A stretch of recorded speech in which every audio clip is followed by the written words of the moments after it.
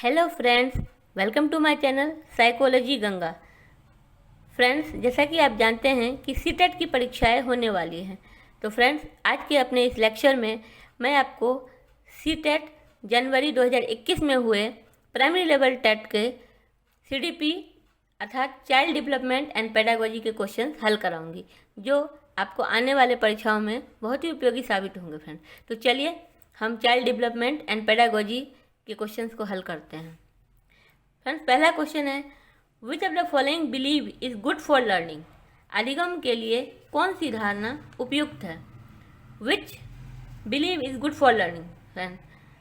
Friends, question number 1 का जो सही आंसर है वो है option number 2, ability is improvable, यानी कि योग्यता सुधारी है। फ्रेंड्स, हम इसमें यह मान के चलते हैं कि छात्रों में जो योग्यताएं हैं उसमें हम सुधार कर सकते हैं, इसीलिए ऑप्शन नंबर 2 इसका बिल्कुल सही आंसर है।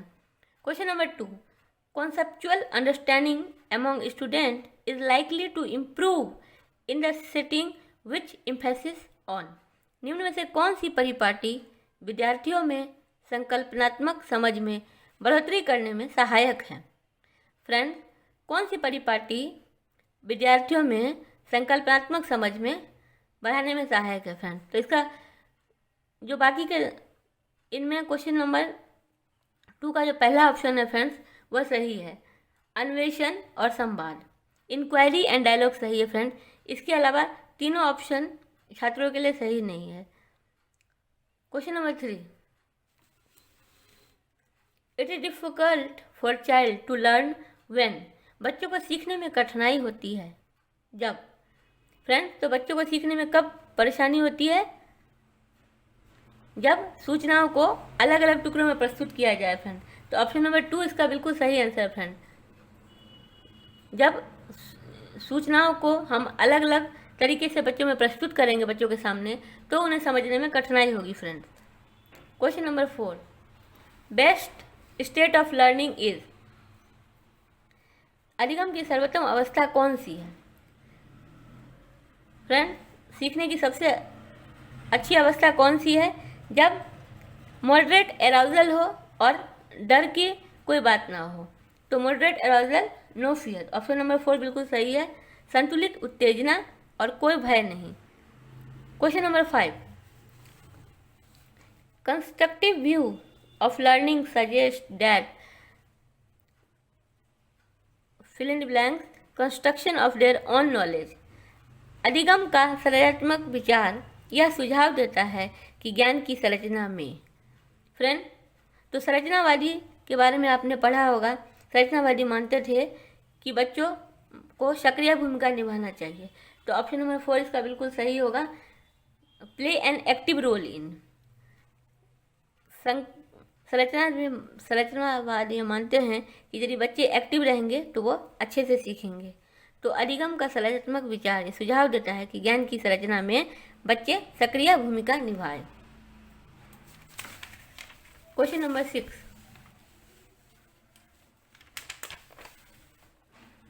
6, during a task Saina is talking to herself about where she can proceed on the task. According to Lev Vygotsky's ideas on language and thought, this kind of private speech is a sign of। एक कार्य के दौरान साइना स्वयं से बात कर रही है कि वह कार्य पर किस प्रकार प्रगति कर सकती है।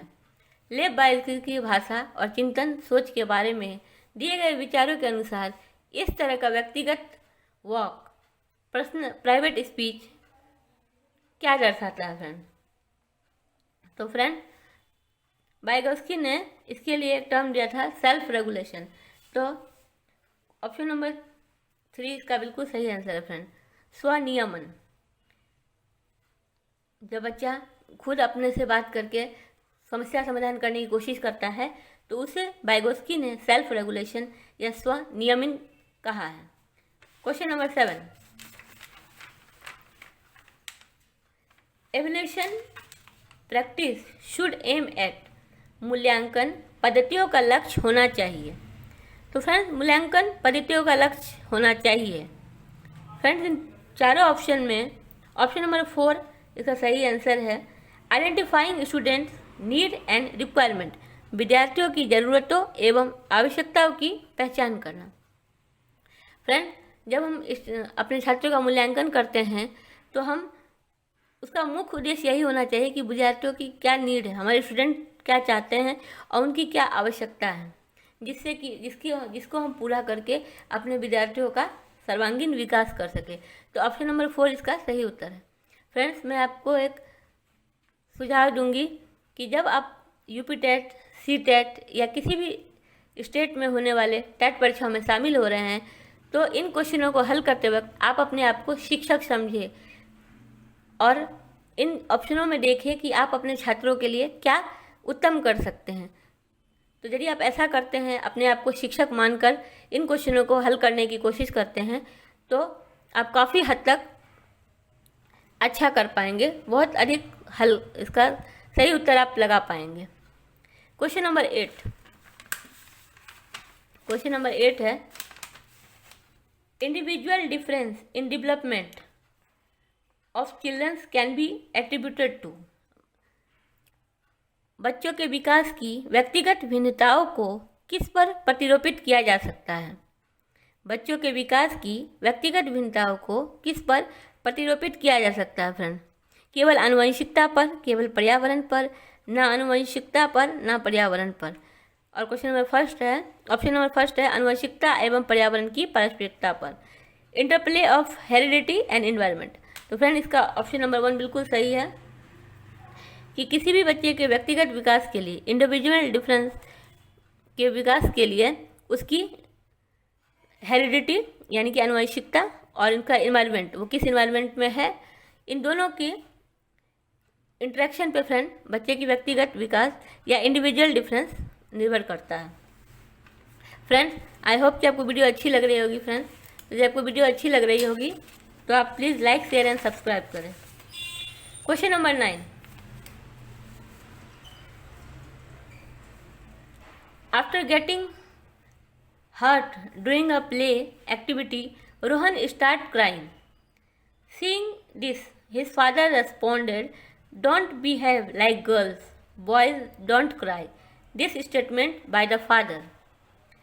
एक खेल क्रिया के दौरान चोट लगने पर रोहन रोने लगता है। यह देखकर उसके पिता ने कहा, लड़कियों की तरह व्यवहार ना करो, लड़के रोते नहीं हैं। पिता का यह कथन। फ्रेंड्स, तो रोहन के पिता का यह कथन क्या दर्शाता है? Promotes gender equality, reflects gender stereotype, challenges gender stereotype, reduce gender biases. तो फ्रेंड, इस कथन से स्पष्ट हो रहा है कि लड़कियों की तरह व्यवहार ना करो। इसका मतलब रोहन के पिता लैंगिक रूढ़िवादिता को दर्शा रहे हैं, रिफ्लेक्ट जेंडर स्टेरियोटाइप, जो कि नहीं होना चाहिए। Question number 10, in a progressive classroom, एक प्रगतिशील कक्षा में। फ्रेंड्स, एक प्रगतिशील कक्षा में क्या होना चाहिए? विद्यार्थियों को उनके एकेडमिक अंकों के आधार पर नामांकित करना चाहिए। अध्यापक को अटल पाठ्यक्रम का पालन करना चाहिए। विद्यार्थियों में प्रतिस्पर्धा पर बल देना चाहिए। ज्ञान की संरचना के लिए प्रचुर मौके प्रदान करने चाहिए। तो फ्रेंड, एक प्रगतिशील कक्षा में ज्ञान की संरचना के लिए प्रचुर मौके प्रदान करने चाहिए। इसके लिए ऑप्शन 4 बिल्कुल सही है।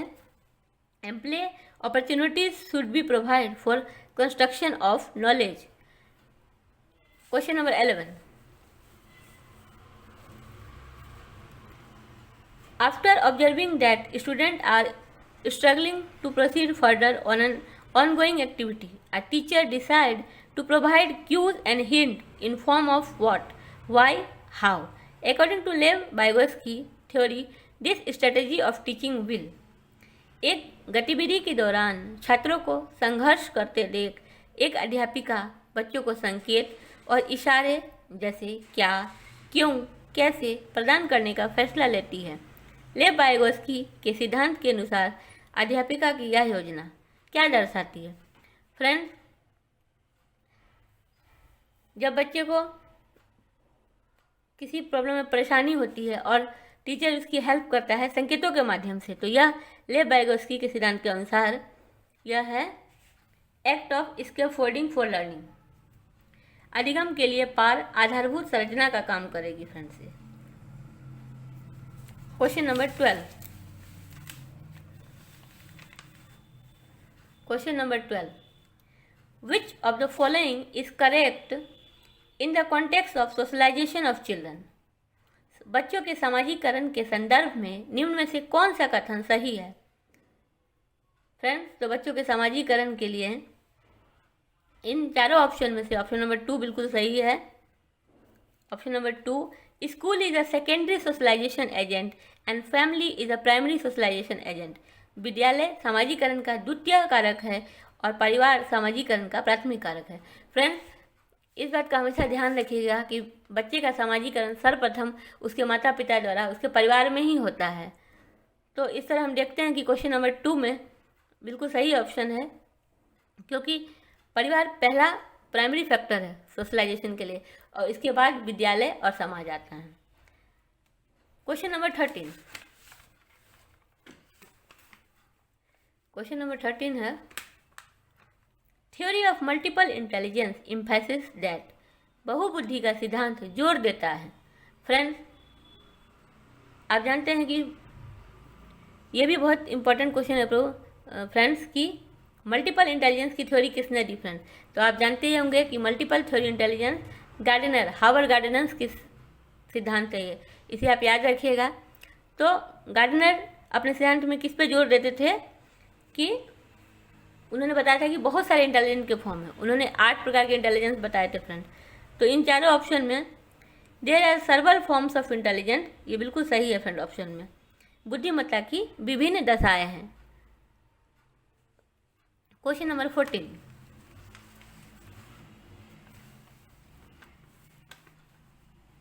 According to Lawrence Kohlberg, theory, performing an act and doing something because others approve it represent dash stage of morality। Lawrence Kohlberg के सिद्धांत के अनुसार किसी कार्य को इसीलिए करना क्योंकि दूसरे इसे स्वीकृति देते हैं, अर्थात हम कोई कार्य इसीलिए करते हैं क्योंकि दूसरे इसे स्वीकृति देते हैं, नैतिक विकास के डैश चलन को दर्शाता है। फ्रेंड्स, आप जानते होंगे कि कोलबर्ग ने मोरल डेवलपमेंट के 3 स्टेज दिए थे। तो उसमें से ये किस स्टेज को दर्शाता है, आपसे ये पूछा गया है। तो फ्रेंड, ऑप्शन नंबर 3 इसका बिल्कुल सही आंसर है। कोलबर्ग महोदय ने 3 स्टेज दिए थे, pre conventional stage, conventional stage और पोस्ट कन्वेंशनल स्टेज। इसे याद रखिएगा फ्रेंड, प्री कन्वेंशनल, कन्वेंशनल और पोस्ट कन्वेंशनल स्टेज। फ्रेंड्स, आपको वीडियो अच्छी लग रही हो तो लाइक शेयर एंड सब्सक्राइब करें। क्वेश्चन नंबर 15 है। क्वेश्चन नंबर 15 है, which of the following statement is correct in context of development.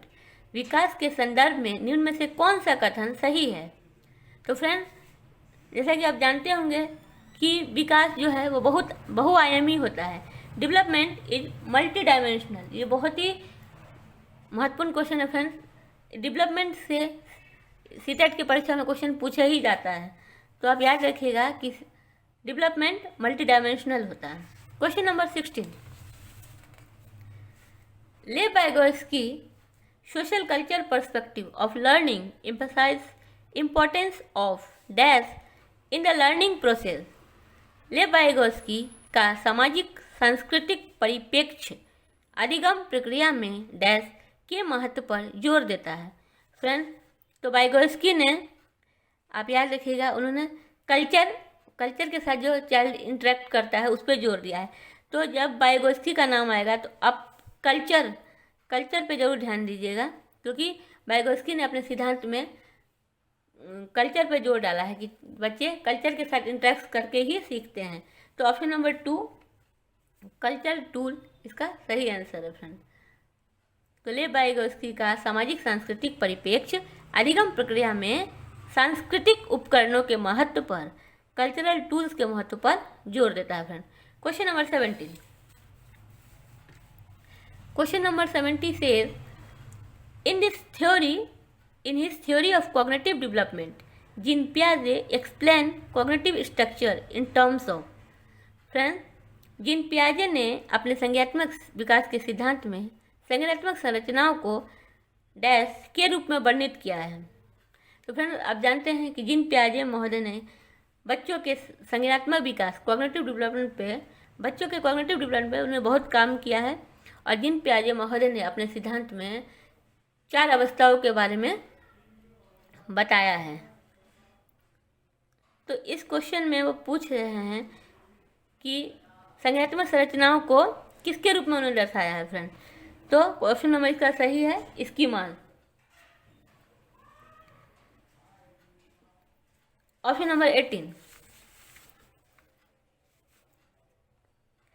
Option number 18 pre operational stage in Jean Piaget's theory of cognitive development characterise.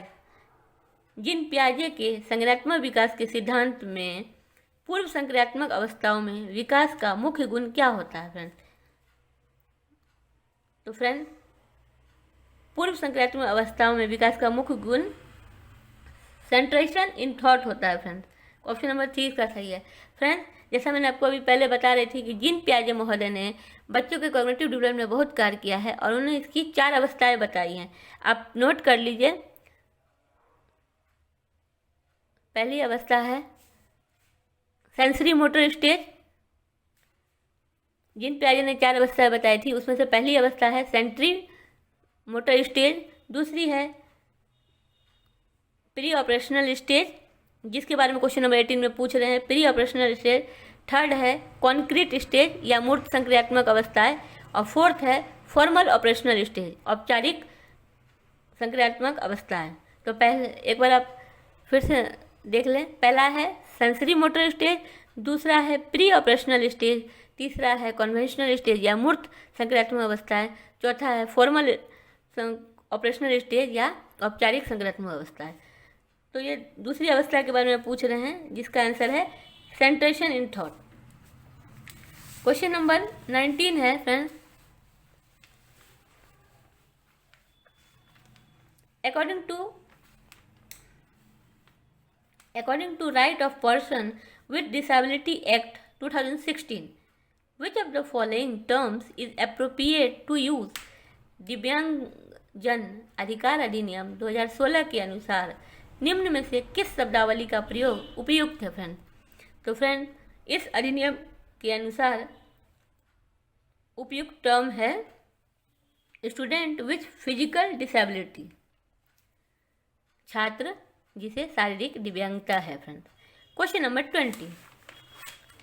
Question number 20 से sequence of development among children from birth to adolescence is. जन्म से किशोरावस्था तक बच्चों में विकास किस क्रम में होता है फ्रेंड्स, जैसा कि आप जानते हैं कि सीटेट की परीक्षाओं में विकास के बारे में बहुत पूछा जाता है। तो फ्रेंड्स, इस पर आप ध्यान दें और मैं आने वाली वीडियो में आपको और इसमें डिटेल से कराऊंगी। और वीडियो आपको अच्छी लग रही हो तो लाइक, शेयर एंड सब्सक्राइब करें।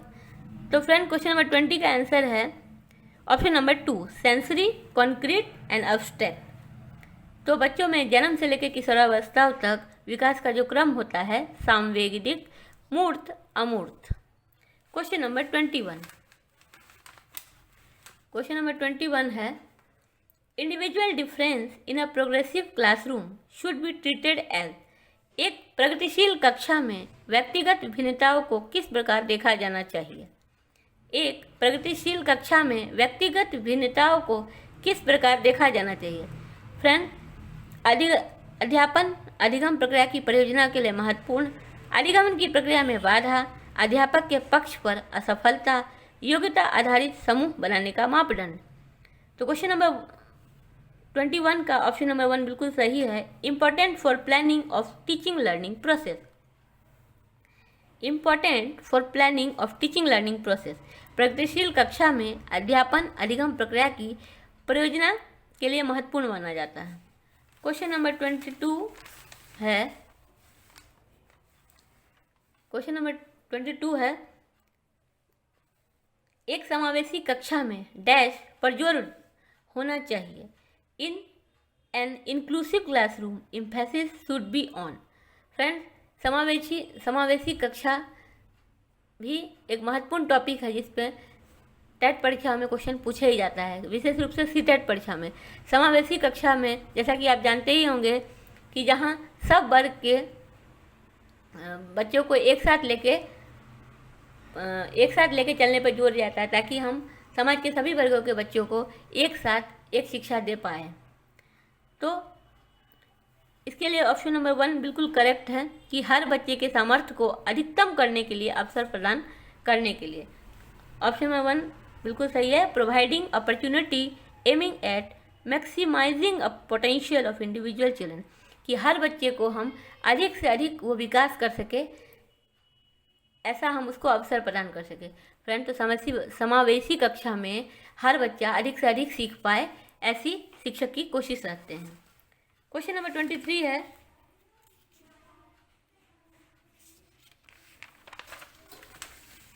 क्वेश्चन नंबर 23 है,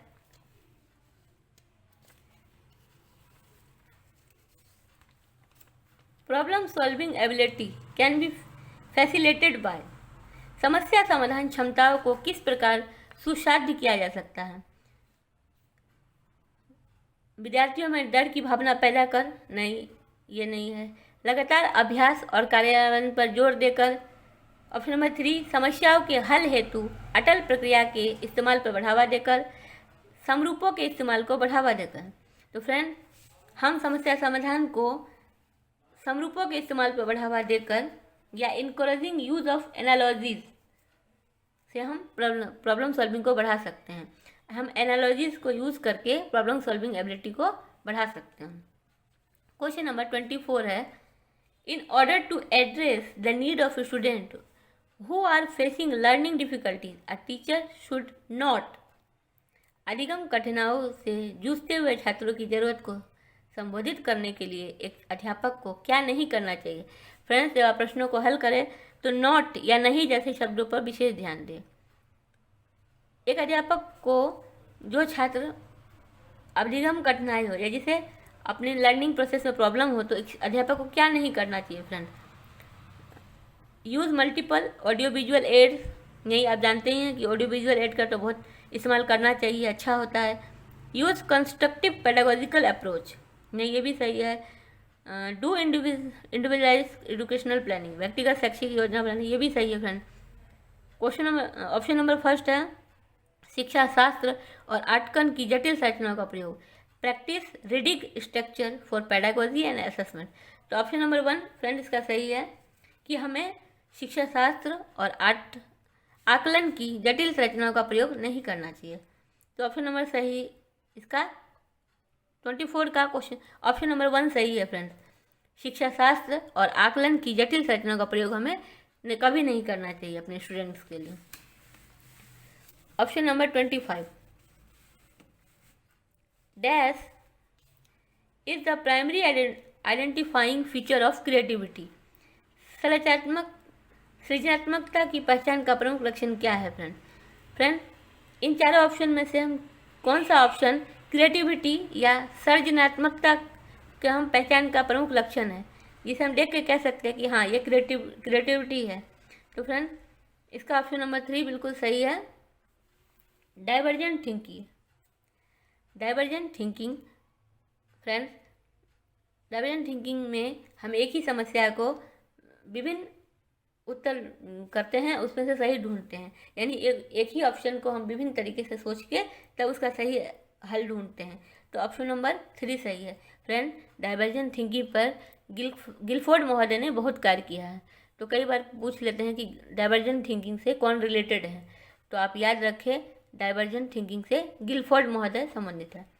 क्वेश्चन नंबर 26 है, in order to address learner from diverse background a teacher should. विविध पृष्ठभूमियों के अधिगमकर्ताओं को संबोधित करते हेतु एक अध्यापक को क्या करना चाहिए? फ्रेंड, जब आपके स्टूडेंट डाइवर्स विभिन्न पृष्ठभूमि से आए हों, डिफरेंट बैकग्राउंड से हो, तो आप क्या करेंगे? इसका ऑप्शन नंबर 3 सही है। Draw example from diverse setting. Friends, जब आपके स्टूडेंट विभिन्न सेटिंग से हैं तो आप क्या करेंगे कि आप भी जो उदाहरण लेंगे वह विभिन्न विन्यासों से लेंगे। डिफरेंट टाइप ऑफ इन्वायरमेंट से आप अपने स्टूडेंट को डिफरेंट डिफरेंट उदाहरण देंगे। ऑप्शन नंबर 27 क्वेश्चन में पूछ रहा है, एक अध्यापिका को दिए गए किसी कार्यकलाप में छात्रों की विभिन्न त्रुटियों का विश्लेषण करना चाहिए, क्योंकि a teacher should analyze the various errors made by student on a given task because, क्योंकि ऑप्शन नंबर 3 इसका फ्रेंड सही है। Understanding of errors are meaningful in the teaching learning process. Friend, अपने छात्रों की त्रुटियों को समझना भी टीचिंग लर्निंग प्रोसेस का बहुत महत्वपूर्ण हिस्सा है, क्योंकि यदि आप अपने छात्रों की त्रुटियों या उसकी गलतियों को नहीं समझेंगे तो आप उसकी त्रुटियों को कैसे ठीक कर पाएंगे। तो अपने स्टूडेंट की गलतियों को समझना भी महत्वपूर्ण है। तो इसलिए इसका ऑप्शन नंबर 3 बिल्कुल सही है। Understanding of errors are meaningful in the teaching learning process. Question number 28 says, motivation to learn can be sustained by. Motivation, अधिगम की अभिप्रेरणा को किस प्रकार कायम रखा जा सकता है। अपने छात्रों को हम सीखने के लिए किस प्रकार मोटिवेट रख सकते हैं। फ्रेंड, यंत्रवत याद करा के, आप रोट लर्निंग करा के नहीं फ्रेंड, ये तो रोट लर्निंग तो किसी भी कंडीशन में सही नहीं है। बच्चे को दंड देकर नहीं, पनिशमेंट भी बिल्कुल सही नहीं है। फोकसिंग ऑन मास्टरी ओरिएंटेड गोल, प्रवीणता अभिमुखी लक्ष्यों पर जोर देके बच्चों को बहुत आसान क्रियाकलाप देकर नहीं फ्रेंड, ऑप्शन नंबर 3 इसका बिल्कुल सही है। Focusing on mastery oriented goals, option number 3 इसका बिल्कुल फ्रेंड सही है। क्वेश्चन नंबर 29 है, सेम डैश शर्मिंदगी। फ्रेंड्स, शर्मिंदगी एक इमोशन है, तो इसका बच्चों पे क्या प्रभाव पड़ेगा। ऑप्शन नंबर 3 इसका सही है। Can have negative impact on cognition, शर्मिंदगी का संज्ञान पर नकारात्मक प्रभाव पड़ सकता है। फ्रेंड, क्वेश्चन नंबर 30 और आज का लास्ट क्वेश्चन है friend, which of the following is most effective mode of teaching learning. निम्न में से अध्यापन अधिगम का सबसे प्रभावशाली माध्यम कौन सा है। फ्रेंड, तो ऑप्शन नंबर 3 इसका बिल्कुल सही है। एक्सप्लोरेटेशन ऑफ रिलेशनशिप बिटवीन कॉन्सेप्ट, संकल्पनाओं के बीच संबंध खोजना। फ्रेंड, जब हम डिफरेंट कॉन्सेप्ट अपने स्टूडेंट को सिखाते हैं और उनके बीच यदि हम एक रिलेशन बना के चले, एक दूसरे से जोड़ते हुए चले इस कॉन्सेप्ट को, तो बच्चों को आसानी से याद हो जाता है। तो क्वेश्चन नंबर 30 का ऑप्शन नंबर 3 बिल्कुल सही है। फ्रेंड, ये आपके प्रीवियस सर्कल के 30 क्वेश्चन थे। आई होप कि आपको वीडियो अच्छी लग रही होगी। इन क्वेश्चनों को करके आपको आगे आने वाली परीक्षाओं में बहुत मदद मिलेगी। तो यदि आपको वीडियो अच्छी लगी हो, लाइक शेयर एंड सब्सक्राइब करें। Thank you for watching.